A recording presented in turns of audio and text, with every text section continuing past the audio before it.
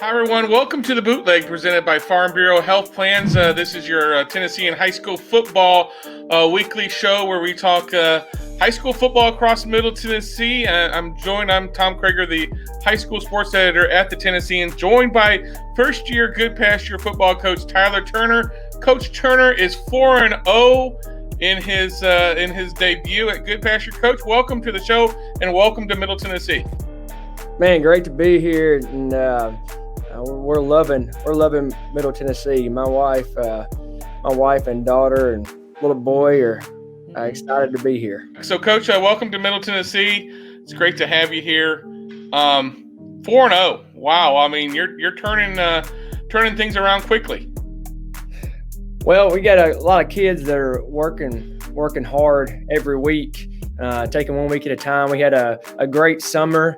Had a spring ball time of a lot of Zoom meetings, which led us to talk a lot of probably the technical stuff, which I would do a lot different from now on, because a lot of schematic stuff that we probably don't get on the board enough and do, we got a chance to do through Zoom during spring ball. So it was a lot of teaching time. So when we got out in the summer and then later on in July, when we got to go some team stuff, we were ready because we'd been working on it on the board so much and through Zoom sessions and everything else. So it's been a different year, but it's been a year I think we've picked up some things that we'll use in the future as far as teaching that we didn't do previously. Yeah, for some reason, I think Zoom calls are here for the future. Oh, there's no doubt. I know as far as Sunday meetings with players and everything else like that, I mean, that's an outstanding way to, instead of having to bring them in, in a school like Goodpasture, there's kids that live 25, 30 minutes away that come to school here. So having those guys come in on every Sunday is, when you don't have to do it and you can get through Zoom and you can meet with those guys through Zoom, it's very beneficial. And it makes it more convenient for their families, getting them here and whatnot. When a new coach comes in, a lot of it is about players and staffs and communities kind of buying into everything, buying into the new coach, buying into the new scheme, buying into, there's different things I'm sure that you're doing that hasn't been done previously. When you're 4-0 to start the season, everyone's buying in. I think that's made that transition very smoothly, I would guess. Yeah. I think the kids here just want to be successful, and they want to turn it around and get Goodpasture back to having success again. And our sort of our theme for this year is we will. I talked to our guys, and what people are saying is that it's going to be a rebuild. It's going to take some time. It's going to take a few years. We will be the most successful we can be and work our tails off this year. We will do that. And, every time we take the field, I want our kids to think that we will win. And we will work harder than other people will work. And we will play with an intensity level that others won't match. And if we can do that, that's sort of our thing for this year is, let's don't talk about what the future is. Let's talk about this week, we will do this. We'll put more time in than everybody else. We will work harder than everybody else. And that's sort of, and it's been a change work ethic wise for these guys, and some things that they might not have been used to over the summer that they did. But I think it's always good when you can see the fruits of your labor and how hard you worked and it paying off. And, I think it's just the kids playing their tails off. It's really made a difference. I think their conditioning has won us a few games, over the summer, how hard they worked and the running and the weightlifting and all that stuff. I think they're starting to see that. So that's always good when you can have some success early and for the program, rebuild when you're building a program. Coach, I saw pictures over the off season of your weight training stuff when you couldn't get into weight rooms. I saw pictures of y'all in parking lots lifting weights. I saw pictures pouring down rain, I think, and you guys were still lifting weights in the parking lot when you couldn't maybe get, because of social distancing. Can you talk about how that's a way of adapting and still figuring out how to get work done? Absolutely. We tell our guys all the time, we're never going to let rain stop us from practicing. it's going to rain on Friday nights, and we got to be prepared, and, my thing is, I told them this year, we're going to go out and lift weights in spite of, we're going to win in spite of, on a lot of things. We have, numbers compared to most people in our league. We're low, we have 37 kids. Don't make excuses. Let's find a way to win and win in spite of. You might have there's going to be an adversity strike every game. And how you respond to that is what's going to be the common fact, is what's going to make us successful. And I think going out in the summer is sort of creating that mentality of, this is something that other people might not want to do.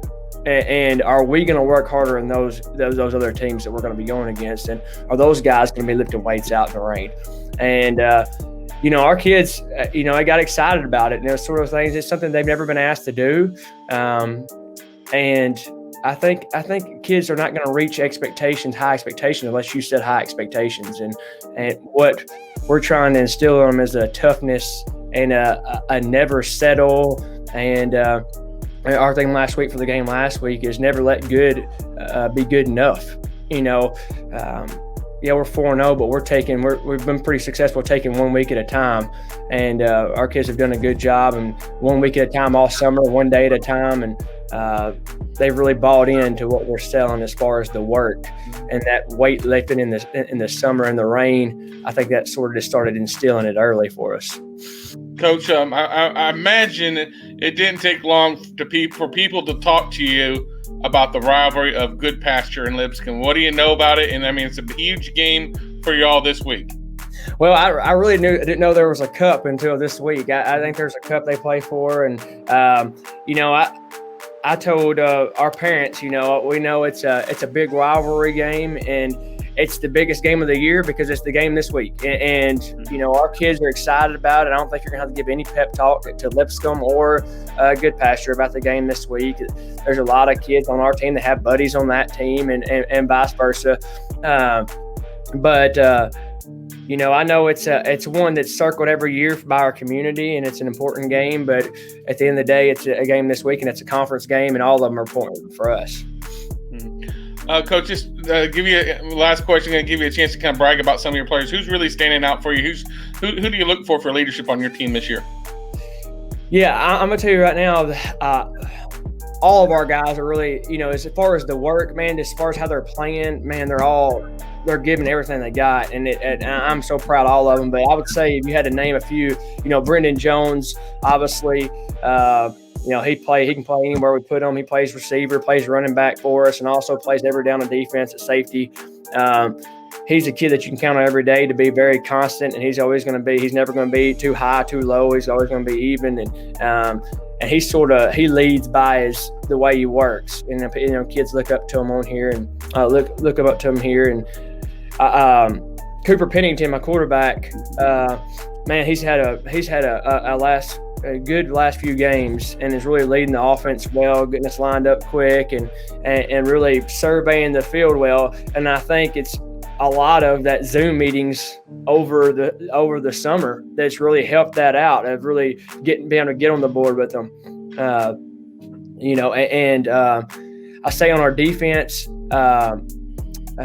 Hunter Scott is a kid. He plays inside linebacker for us, a junior. I think he had 15 tackles against Nashville Christian. He's the guy that gets our defense set up and is doing a phenomenal job of that. And then Josh Williams, another receiver we have, is a guy who can catch the ball and make something happen every play. So, and our offensive line, we have four young guys playing offensive line and one senior, and those guys have really came around. I got two sophomores starting. I have a junior guard that's never played a down of football until this year. So those guys are really coming together, and the improvement from this year, from last year to this year, man, it's phenomenal. And just watching the mentality change of the whole team, and just the confidence level that they're exuding every day now, and is what we wanted to build. I think everywhere you go into, it's you're trying to establish something different.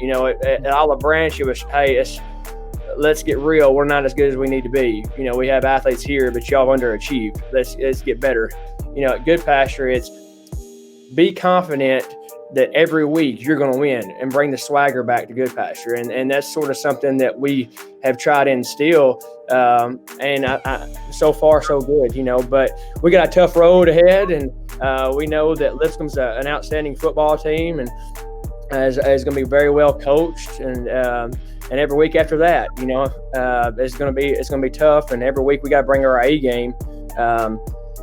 Because it's going to be it's a tough league. This is the toughest league, in my opinion, in the Division II AA. So you got FRA, BGA, CPA, and Lipscomb. That's a tough road, So we know we got to come and play, and our non-conference, finish out the year. You got Boyd, Buchanan, and East Nashville, and those are tough teams. So, but. To be the best, you got to beat the best, and that's what we've been telling the kids all week. And this is one of the upper tier teams in this league, and we're excited about the challenge. All right, everyone. This week's at Goodpasture 7:00 kickoff. Is that right? Yes, sir. Yes, 7:00 kickoff at Goodpasture. One of the best rivalry games in Nashville. Is Lipscomb at Goodpasture? A lot of history. I can remember back in the Glenn McAdam versus. David Martin days. I mean, those battles were legendary, and I'm sure we'll have another great matchup this year. Coach, thanks for joining the Bootleg, and good luck to you Friday night. Man, I appreciate it, buddy. Thanks for having me. And coming up next, we'll be joined by a group of Middle Tennessee sports writers talking about the top 10 games of the week. I'm bringing in the whole bunch of Middle Tennessee writers across our state to talk about what's the top 10 games in Middle Tennessee. We'll see you coming up next on the Bootleg. Welcome back to the Bootleg, presented by Farm Bureau Health Plans, your high school football show, talking week 5. Of course, we were just joined earlier by Tyler Turner at Goodpasture. I thank Coach Turner for spending a few minutes with us. And now I have Team Middle Tennessee, let's call them. Cecil Joyce from the Daily News Journal, George Robinson from the Leaf Chronicle, and Joe Spears, kind of a utility player. He's with the Daily News Journal covering MTSU, but he's also helping us out with our Columbia Daily Herald coverage, covering high schools there. Guys, welcome to the Bootleg. Thanks for having us. Yeah, thanks. This is Joe's inaugural appearance, everyone. So, when we do our picks, just remember he is a rookie. So, guys, let's start it out here. I wanted to bring you on here, a little roundtable discussion here. We're 4 games into the season. 5th game is Friday night. Give me an early season surprise. I'll give you one to start it off there. I think Pope John Paul II, with they're 4-0. They've beaten Briarcrest. They have a big game with Christian Brothers, and we'll talk about that game in a little bit. But 4-0, and it's been a lot of Antoine Roberts. But their quarterback, Sawyer Watts, he's done a great job as well. And I think, this could be a playoff team. Obviously, in D2 AAA, not everyone makes the playoffs as it had previously. Last year was the first year for that. That's my early season surprise. I'm going to go next. I'm going to say Middle Tennessee Christian School is a surprise so far. Now, obviously, they had to cancel their last week game because of a COVID issue with a coaching staff member, but shut out Friendship Christian 21-0. And this is a team that struggled last year and had Class Single A Mr. Football on their team. So I think a lot of people had low expectations for this team, and right now they put themselves in position to win this region. Okay, let's go to Joe. Joe, what's your surprise for the season? I really liked what I've seen out of Independence, actually. Jackson Campbell's been, from everything I've seen, one of the best players in Middle Tennessee so far. Over almost 900 yards of total offense, 12 total touchdowns. And if it wasn't for Destin Wade coming out and having over 500 yards in week 1 for Summit against them, I mean, Independence would be 3-0 right now. I mean, that offense is really clicking, and so far they've done everything they need to, and they've won their last 2 games big. And let's not forget Jackson Campbell was a wide receiver until this season. So he's transitioned to the quarterback position very well. And of course, they've got a game with Franklin. We'll be talking about later. George Robinson, what you got? Well, I'll make it real easy on myself. I'm gonna come up here closer to Clarksville and say that I'm a little bit surprised with how well Montgomery Central has played so far. They're 2-0 on the season after beating Portland last week by a point. This is a team that lost 22 seniors and lost their entire offensive line as well. So you knew coming into the season that they were going to be young and a little bit inexperienced, particularly up front. But they've played really well so far, and they've been led by their defense. They're not a heavy throwing team. They're going to run the ball. Everybody kind of knows that. And it's just a matter of lining up and trying to stop them. And so far, nobody's been able to do it. And, they go into a huge game this Friday against Creekwood, their biggest rival. So that's going to give them a great test because Creekwood's already 4-0. So I've been a little bit surprised with Montgomery Central so far. And Montgomery Central last year was a team losing a lot of those close games and didn't make the playoffs. So that's good to see them come about so quickly. Let's rate the level of play. I mean, obviously, let's be honest. We didn't have spring football this year. We didn't have 7-on-7. We didn't have scrimmages against other teams. We didn't have jamborees. And I'll start with Cecil because I know Cecil kind of wrote about this in the Daily News Journal. It's online right now. He wrote a column on this a little bit where he kind of touched on this. It was more of a different topic, but rate the level of play we've seen. Well, I don't think it's a surprise. If you look at scores only, you don't see a big difference in last year and this year. But the eye test has been the big thing. You can see more penalties, I think, at least in the games I've been at. There's been a little sloppier offensive play. I think kind of like in baseball, sometimes when they say the pitchers are ahead of the hitters, right now I think the defense has been ahead of the offenses for a lot of teams. You can definitely tell. I haven't surprisingly seen as many injuries as I thought I would see because of the lack of preseason play. Haven't seen as many cramps on the field as I thought I would see because of the lack of preseason play. But it's definitely evident. They say right now you're getting into midseason form usually. Right now, I think they're just now getting into early season form. Joe? Yeah, no, I would agree with that. I think the last 2 weeks I've seen more of the kids cramping up because, the first 2 weeks we had all that rain and it just wasn't as warm out. But yeah, I'd agree with Cecil on that. I mean, the games I covered earlier in there, you could tell that the defenses they were ahead. It seems like the offenses have now just really started to come along. You've seen a lot more of those false start and holding penalties. The defenses seem to be a little more ahead of the game. But I mean, overall, I think the level of play has actually been good. I'm surprised with how good it's been considering, you didn't have the 7-on-7s in the spring and everything else that's gone on. I mean, it's been kind of surprising just how good it has been considering everything going on. And finally, George.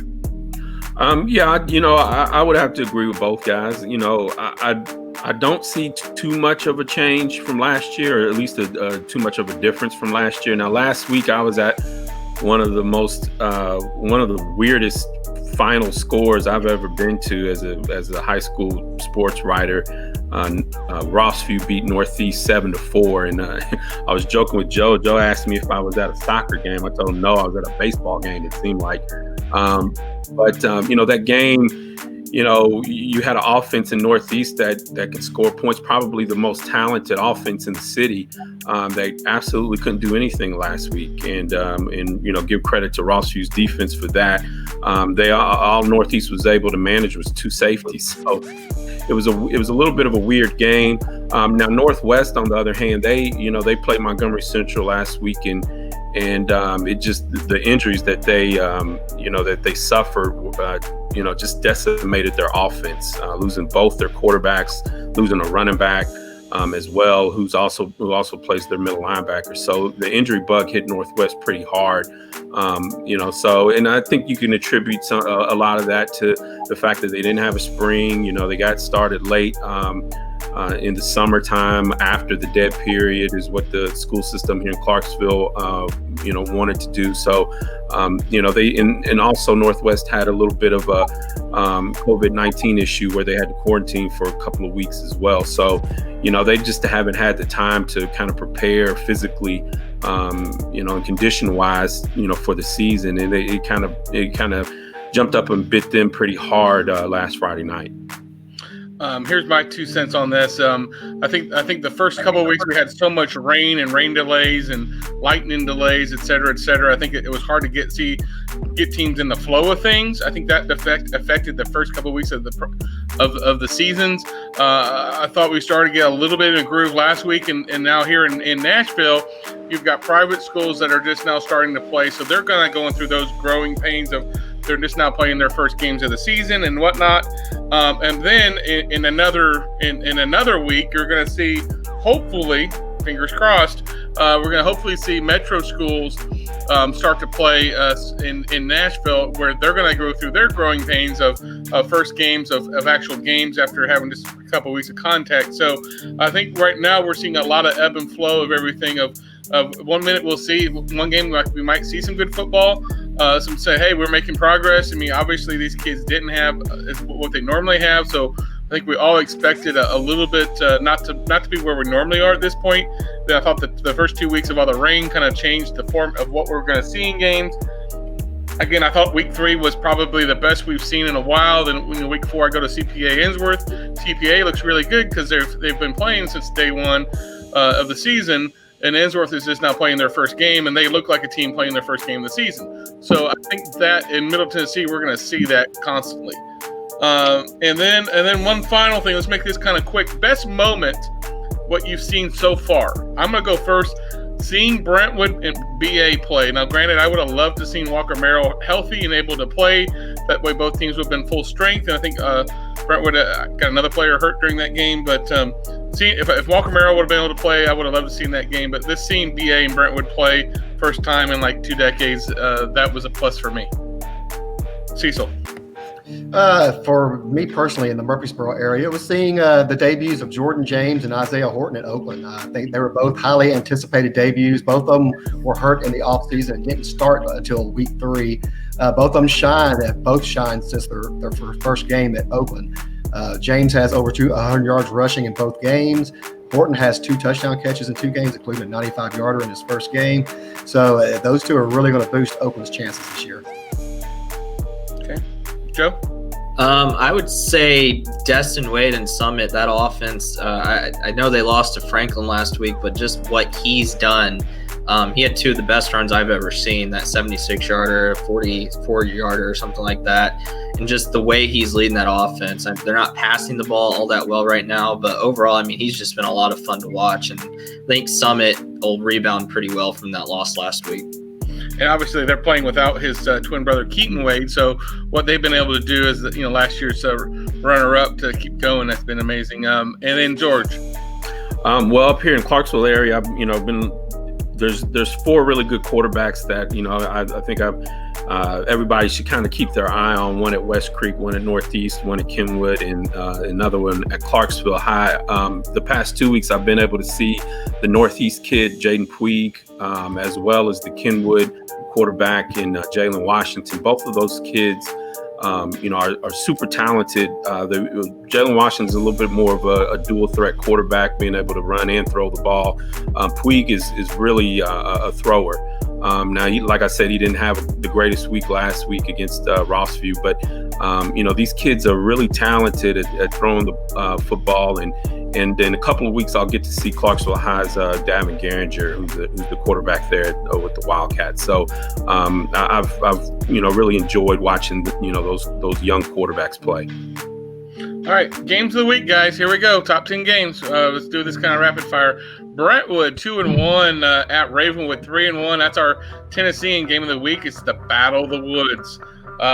Kate Granzo, man, 339 yards passing, 6 touchdowns passing, 1 rushing touchdown. Face a Ravenwood team coming off their first loss of the year. Lost to that Pulaski Academy, that crazy offense they do with never punting, never onside kick every time, et cetera, et cetera. They lost there. I think we're going to see we got a lot of talent on the field there with Walker Merrill going to Tennessee for Brentwood, and Jake Brennan still at Clemson, and then of course Michigan Lime commitment Junior Colson at linebacker. I'm going to say I think they've won the last 2, maybe Battle of the Woods. Last Battle of the Battle of the Woods. I'm going to go Brentwood 21, Ravenwood 20. Cecil, what you got? I'm going Brentwood's going to win this region and maybe get a bye in the first round of the playoffs. Brentwood 20, Ravenwood 17. Okay. Joe Spears. I've got Brentwood winning 31-28. I just think their offense is too dynamic, and I know Ravenwood's is good too, but Brentwood has so many weapons. And George. Okay, I'm gonna be the black sheep of the family here, and I'm going Ravenwood.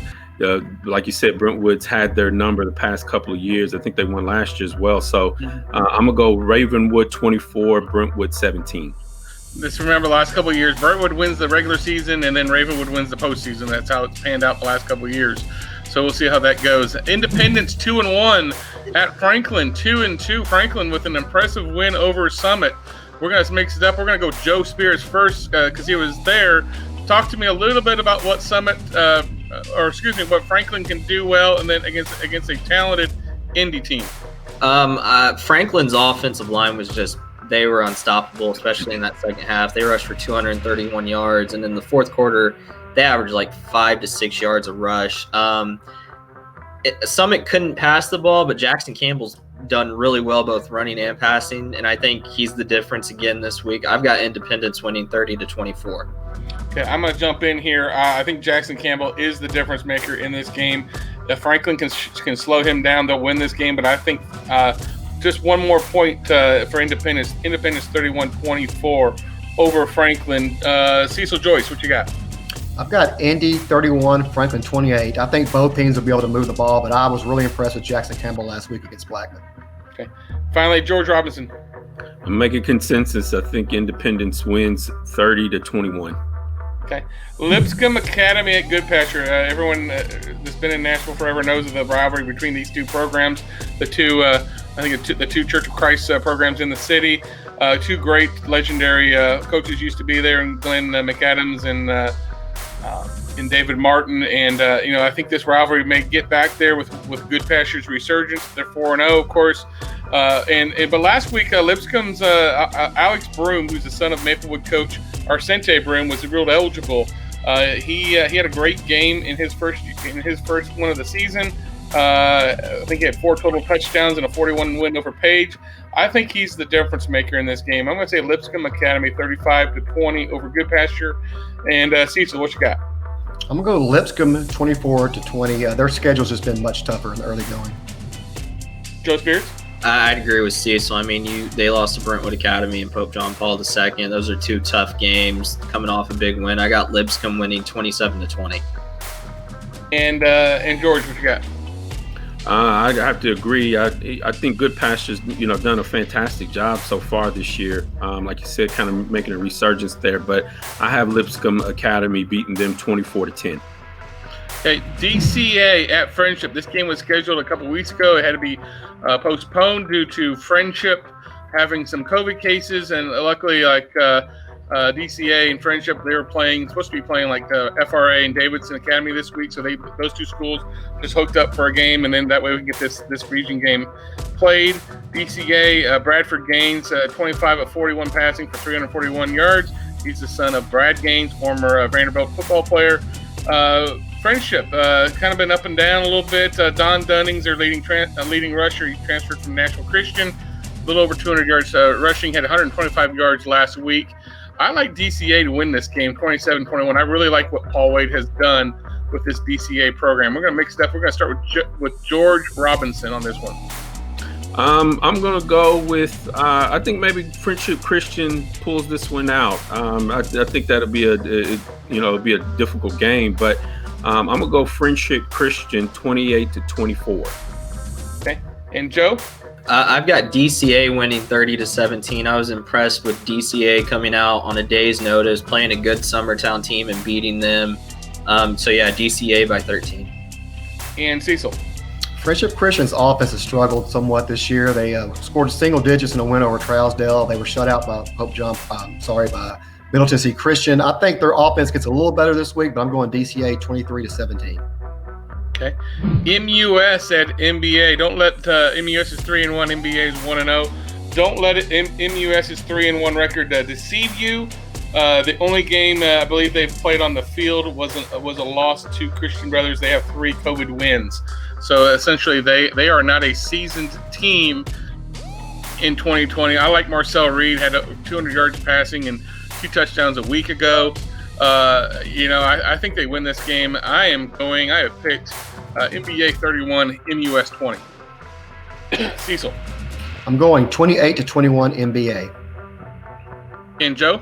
I got NBA winning 35-27 to come out and score 42 points last week against a good Briarcrest Christian team. I like NBA. And George? I agree. I think NBA is going to pull this one out, plus the fact that MUS is having to travel a little bit here and really haven't only played one real game on the football field. So I got NBA winning this 35-20. Phil 3-1 at Oakland 4-0. Cecil, you are all things Rutherford County. Tell me about this game. You have an excellent quarterback up there in Cookeville and Stockton Owen. Obviously, they're well coached by Jimmy Maynard. Cookeville is going to always be competitive. They're always going to be hanging in there for a playoff spot in that region. Oakland's just got too many weapons right now. I think Oakland wins this game 38-13. Okay. Joe Spears. I've actually talked to Cecil about this. I think Oakland, they're not winning as dominantly as they were last year. I just think they're kind of toying with teams. They know they're good. I think they win this game 42-10. Too much Jordan James. And George. Well, I think last year, every time I talked to you about Oakland, I picked them to win everything. So I don't see a reason why I would change that. So they only beat you once, right? They only beat right. you. I'm gonna go with Oakland 42-10. Okay. I'd like Oakland in this game. I think Antonio Patterson and Jordan James are a dynamic duo that will cause problems. I do like Stockton Owen. I don't think I don't think this is the most dominant Oakland team we've had over the last few years. Sorry, Kevin Creasy, if you're hearing this. Sorry if I that's just, I think, the truth. I think part of that might be no preseason stuff, but I just don't think. I think maybe across. I think that Riverdale Oakland game in a few weeks. Whenever that's played, I think that's going to be a very competitive game. But I'm going to Oakland 42-28 over Cookeville. Don't tell the defensive coordinator that I picked Cookeville to score 28 points, please. I got Steven Jackson on speed dial now. I'm going to. I know you do. Christian Brothers 3-1 at Pope John Paul II 4-0. 2 of the most dynamic running backs in D2 AAA West are playing each other. Dallin Hayden at Christian Brothers. He's the son of Aaron Hayden, former UT running back. He's going against JP2's Antoine Roberts, who's going to Wisconsin. Tommy McDaniel does a great job with Christian Brothers. I think they slipped up though last week. And I think that happens again this week. Pope John Paul II, 34, Christian Brothers, 28. Cecil. Yeah, I'm agreeing with you on that. I've got 32-27. It might be a little bit of a homer pick because I covered Pope John Paul for many years in Sumner County, but I think this is their year to shine, 32-27. Go. I was kind of surprised by Christian Brothers' loss to Bartlett last week, and I think Pope John Paul's just played really well this year. I got them winning 30-28. Yeah, that was my deciding factor too. That loss surprised me and kind of shocked me a little bit. George Robinson. Like you said, 2 really good running backs in this game, 2 very good teams. I do think it's going to be somewhat of a high-scoring game. I have Pope John Paul winning this 38-35. Tullahoma at Beach. Tullahoma's 4-0. Beach is 3-1. This game just happened. Spring Hill has COVID and couldn't play him. Beach was originally playing, I believe, Hunter's Lane. Nashville's not ready to play football yet. They got to get their practices in. So that's how this game kind of came about. I like Jacoby Thomas at Tullahoma. He's got 593 all-purpose yards. Does a little bit of everything for him. Already has 11 total touchdowns. Like what I'm seeing there, but I think Beach with their ground game with Deshaun Jefferson, 575 yards rushing, eight touchdowns. I just think Beach with him and their defense, I think Beach is too much. I think Beach 35-14 over Tullahoma. Cecil. I'm going a little bit closer. I think Tullahoma's had an outstanding start. They haven't played the schedule Beach has played, but I think this is a very, very team ready to explode this year. It's just not going to happen this week. Beach 21-18. And Joe? I'd agree with Cecil. Tullahoma has been great this year. They haven't played a team as good as Beach. I got Beach winning 28-24. And finally, George, what you got? I have the same thing. I think Beach's defense, they've had a great defense for a very long time, and that team, they just they preach that on a daily basis. So I have Beach winning this 28-7. Ensworth 0-1 finally played a game. They were at Baylor 2-0. Ensworth, talking to Coach Rock Batten last week, he was very, very matter of fact. He said, "Hey, we made way too many mistakes, too many penalties, too many stupid mistakes there. That's the thing with playing your first game so late into the first few games. They're behind everyone, but everyone says, they talk about the progress you make from week 1 to week 2. I think they'll fix a lot of problems this week. I have a feeling that coaching staff is going over a lot of mistakes that they did last week. I like Levi Moore, who's now the starting quarterback. Had 171 yards against a pretty talented CPA defense. But I still like Baylor. Baylor's got Elijah Howard, the Tennessee commitment at running back.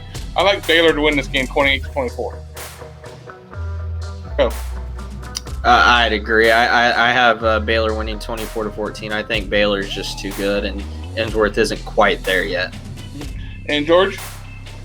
That's my exact same feelings. I think Baylor is probably a little bit too much for Ensworth in this particular game. I have them beating Ensworth 24-21. And wrapping it up with Cecil. I think we're going to see Baylor end up in the Blue Cross Bowl this year. I think they're going to put up a lot of points this week. It's going to be a high-scoring game, 38-20 Baylor. Okay. Last game we'll talk about with small school folks. I like Clay County to win this game 21-14. This is probably your Region 4 1A championship game here. I'm going to go 26-20 Clay County. Okay. And Joe? I've got Clay County winning 27-17. They got blanked by Stone Memorial week 2, but outside of that, they've been good. Watertown's lost a couple of close games, but I just don't think they're as good as Clay County. Mm-hmm. And George? I'm going to go Clay County as well. I have them beating Gordonsville 28-20. All right, folks, you've heard it. These are the experts from Middle Tennessee. We'll see how we do. I think I went 8-2 last week. I needed it after going 6-4 the previous week. So next week, folks, mid-season report card time. We'll have these three with us, and we'll have some added company from across the state joining us for a special bootleg show. Again, you've been watching the bootleg presented by Farm Bureau Health Plans. Appreciate you guys joining us. I appreciate everyone watching the show. And of course, we appreciate our sponsor, Farm Bureau Health Plans. We'll see you next week, everyone.